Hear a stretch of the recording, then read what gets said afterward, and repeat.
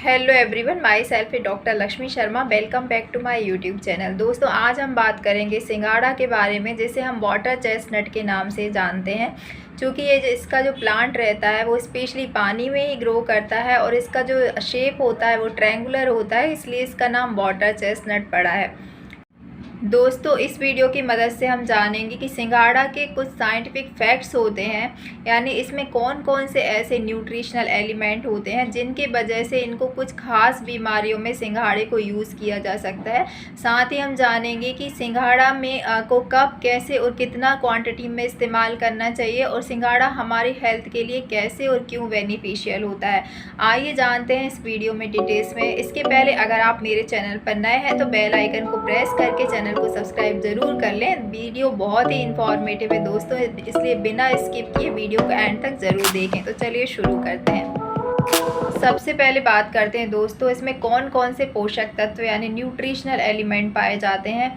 सबसे पहले हम बात कर लेते हैं इसमें वाइटामिन्स की। तो स्पेशली इसमें vitamin A, vitamin C, riboflavin और विटामिन B6 यानी कि पायरिडॉक्सिन जैसे विटामिन्स पाए जाते हैं।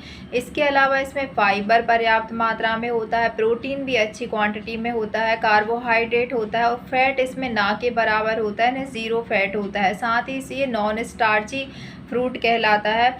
इसके अलावा दोस्तों इसमें copper, magnesium, manganese, calcium, phosphorus जैसे एलिमेंट्स पाए जाते हैं। साथ ही इसमें आयोडीन भी बहुत अच्छी मात्रा में पाया जाता है।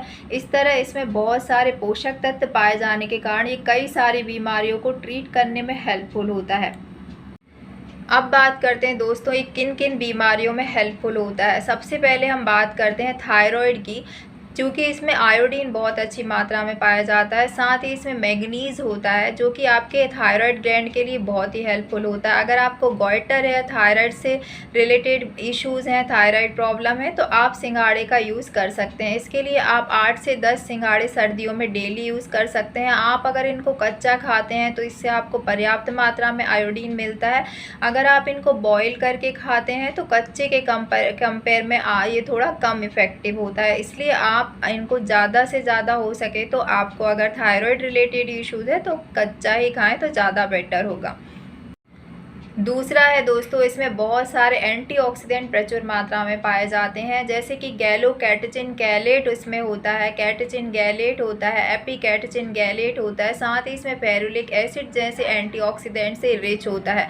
हम जानते हैं कि जिन भी चीज़ों में एंटीऑक्सीडेंट होते हैं, जिन भी फ्रूट्स में ऐसे एंटीऑक्सीडेंट जो होते हैं वो हमारे शरीर में ऑक्सीडेटिव स्ट्रेस को कम करते हैं। जैसे हमें कोई बीमारी होती है, जैसे कैंसर है या हार्ट डिजीज़ है या लंग डिजीज़ है या अस्थमा की बीमारी है, डायबिटीज़ है, तो इन सभी बीमारियों में क्या होता है कि आपके शरीर में ऑक्सीडेटिव स्ट्रेस बहुत ज़्यादा बढ़ जाता है, जिसके कारण आपको सभी बीमारियां होती हैं। लेकिन जब आप एंटीऑक्सीडेंट रिच डाइट लेते हैं तो आपकी जो ऑक्सीडेटिव स्ट्रेस है इन बीमारियों में कम होता है। जैसे कैंसर है तो कैंसर की जो सेल्स रहती हैं वो आपके शरीर में उनकी जो ग्रोथ है, फर्दर जो उनका प्रोलिफरेशन है, एंटीऑक्सीडेंट के प्रेजेंस में वो कम हो जाता है। ऐसे इसी तरह से ये बहुत सारी लाइफस्टाइल डिजीज़ में भी हेल्पफुल होते हैं सिंघाड़ा। इसके अलावा अगर आपको कैंसर है, कहीं भी ब्रेस्ट कैंसर है, लंग कैंसर है या बोन में कैंसर है, तो आप इनका इस्तेमाल कर सकते हैं।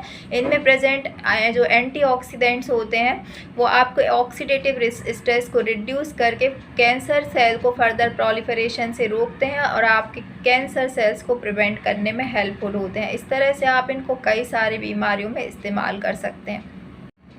तीसरा है दोस्तों, सिंघाड़ा हार्ट डिजीज़ में भी काफ़ी हेल्पफुल होता है, जो कि इसमें पोटेशियम रिच अमाउंट में पाया जाता है। जब पोटेशियम हमारे शरीर में जाता है तो आपको ये जानकारी होगी कि जब पोटेशियम रिच हम डाइट लेते हैं तो हमारे शरीर में एक्सेसिव जो सोडियम रहता है वो एक्सक्रीट होने लगता है, जिसके कारण जो हाई ब्लड प्रेशर है वो कंट्रोल हो जाता है। आपका ब्लड प्रेशर अगर कंट्रोल होगा तो आपको हार्ट डिजीज़ होने का रिस्क ऑटोमेटिक कम हो जाएगा। साथ में ये आपके जो बैड कोलेस्ट्रॉल होते हैं उनको भी ये रिड्यूस करता है, गुड कोलेस्ट्रॉल को इम्प्रूव करने का काम करता है। और अगर आपका ट्राइग्लिसराइड बहुत ज़्यादा बढ़ा हुआ है तो भी आप सिंघाड़े का इस्तेमाल कर सकते हैं। ये ट्राइग्लिसराइड बैड कोलेस्ट्रॉल को रिड्यूस करने में हेल्पफुल है। ओवरऑल ये आपकी हार्ट हेल्थ को प्रमोट करते हैं।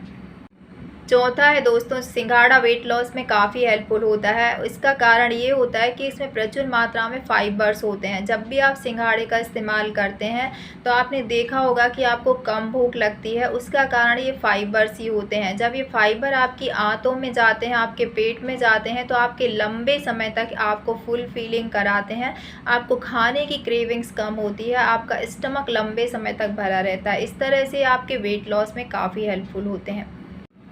पांचवा है दोस्तों, जो सिंघाड़ा जो होते हैं वो आपकी ब्रेन हेल्थ के लिए बहुत अच्छे माने जाते हैं, क्योंकि इसमें जैसे कि मैंने बताया था कि इसमें विटामिन B6 पाया जाता है और साथ में इसमें मैग्नीज पाया जाता है। ये दोनों ही ऐसे सोर्स होते हैं जो कि आपके ब्रेन में नेचुरल सेरोटोनिन हार्मोन के प्रोडक्शन को इम्प्रूव करते हैं और ये डोपामिन को भी इम्प्रूव करते हैं, जिसके कारण आपको फील गुड एंड रिलैक्स की जो है वो कंडीशन फील होती है। मतलब आपको बहुत अच्छा फील होता है, हैप्पी हार्मोन्स को इम्प्रूव करते हैं, साथ ही अच्छी नींद के लिए भी हेल्पफुल होते हैं, क्योंकि जब आपके सेरोटोनिन और डोपामिन हार्मोन इम्प्रूव होते हैं तो आपकी बॉडी में नेचुरली जो मेलाटोनिन जो स्लीपिंग हार्मोन है ये उसको बनाने का काम करते हैं, जिससे आपको अच्छी नींद भी आती है, साथ ही आपका माइंड रिलैक्स फील करता है।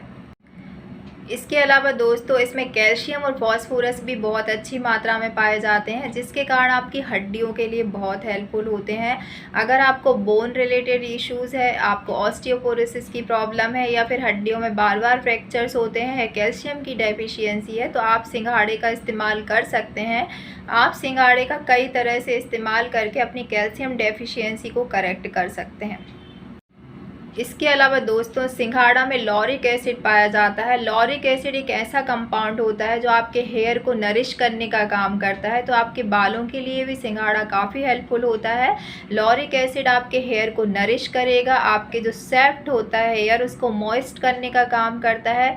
जब आपके हेयर में जो मॉइस्चराइजेशन बढ़ता है तो आपके हेयर फ्रिज कंट्रोल होते हैं, आपके हेयर सॉफ्ट होते हैं। इसके अलावा आपके हेयर जो है उनमें ब्रेकेज भी इससे कम होता है। इस तरह से बालों की हेल्थ के लिए भी काफ़ी हेल्पफुल होता है। अब बात कर लेते हैं दोस्तों कि सिंघाड़ा को किन किन लोगों को इस्तेमाल नहीं करना चाहिए।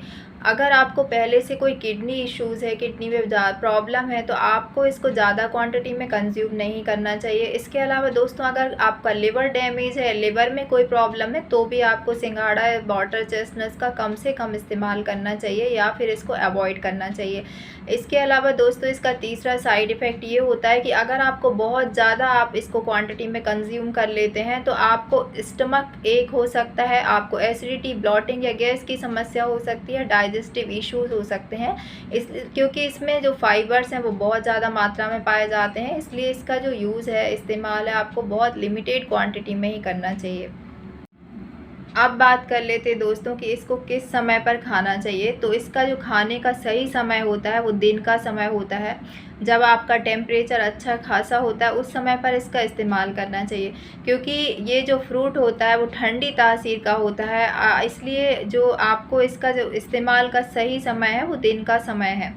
आपको इसको दिन के समय ही कंज्यूम करें तो ज़्यादा बेहतर होगा। और इसको खाने के बाद भी आपको पानी का सेवन नहीं करना चाहिए, अदरवाइज़ आपको सर्दी, खांसी, कफ, कोल्ड हो सकता है। अगर आप अस्थमैटिक हैं तो आपको ज़्यादा प्रॉब्लम हो सकती है, इसलिए खाने के बाद पानी ना पिएं और जब इसको कंज्यूम करते हैं तो स्पेशली डे टाइम पर ही इसको कंज्यूम करें। अब बात करते हैं दोस्तों इसके इस्तेमाल करने का तरीका। दोस्तों इसका जो यूज़ है वो काफ़ी वर्सेटाइल होता है, आप इसको बहुत सारे तरीके से इस्तेमाल कर सकते हैं। कुछ लोग इसको कच्चा भी खा सकते हैं, कुछ लोग इनको बॉईल करके भी खा सकते हैं। बाकी इसका जो आटा होता है आप उसके लड्डू बनाकर इस्तेमाल कर सकते हैं, चीला बनाकर इस्तेमाल कर सकते हैं, या फिर आप इनके जो चपाती होती है जो ज़्यादातर फास्ट में इस्तेमाल की जाती है, आप इसकी चपाती बनाकर भी आपको इस्तेमाल कर सकते हैं। तो आज के लिए बस इतना ही दोस्तों। इस वीडियो में मैंने ज़्यादातर साइंटिफिक फैक्ट्स से किन किन बीमारियों में आप इसको क्यों खा सकते हैं उन सभी टॉपिक्स को कवर करने की कोशिश की है। मुझे उम्मीद है दोस्तों आज का ये वीडियो आपको ज़रूर पसंद आया होगा। इस वीडियो से आपने कुछ ना कुछ ज़रूर सीखा होगा। इसी तरह के और वीडियो के अपडेट्स के लिए वीडियो को लाइक शेयर करना ना भूलें, और अगर आपने मेरे चैनल को सब्सक्राइब नहीं किया है तो अभी सब्सक्राइब ज़रूर कर लें। मिलते हैं नेक्स्ट वीडियो में, तब तक के लिए bye bye. Thanks for watching.